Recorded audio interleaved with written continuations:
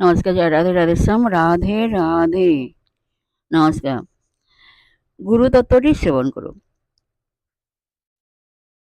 প্রথম বর্ণ গু, মায়া ও তাহার গুণের ভাষ্য। দ্বিতীয় বর্ণ রু, স্বয়ং ব্রহ্ম, যিনি মায়ার ও ভ্রান্তি দূর করেন। এখানে গুরুকে ব্রহ্ম বলা হলো কেন?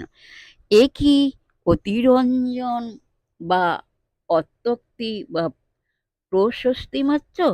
না, এটি বুঝতে হলে মায়া কি সংক্ষেপে তা বোঝা আবশ্যক।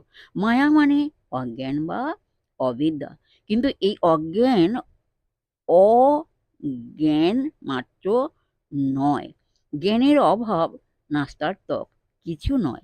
শাস্ত্রে যৎকিঞ্চিৎ বলা হয়েছে, সেই কিঞ্চিতের বহর দেখা যায় এই স্বীকারোক্তিতে যে এর দুই শক্তি, আবরণ শক্তি ও বিক্ষেপ শক্তি। এই অসংখ্য ছায়াপথ সমন্বিত ধারণা ব্যতীত ব্রহ্মাণ্ড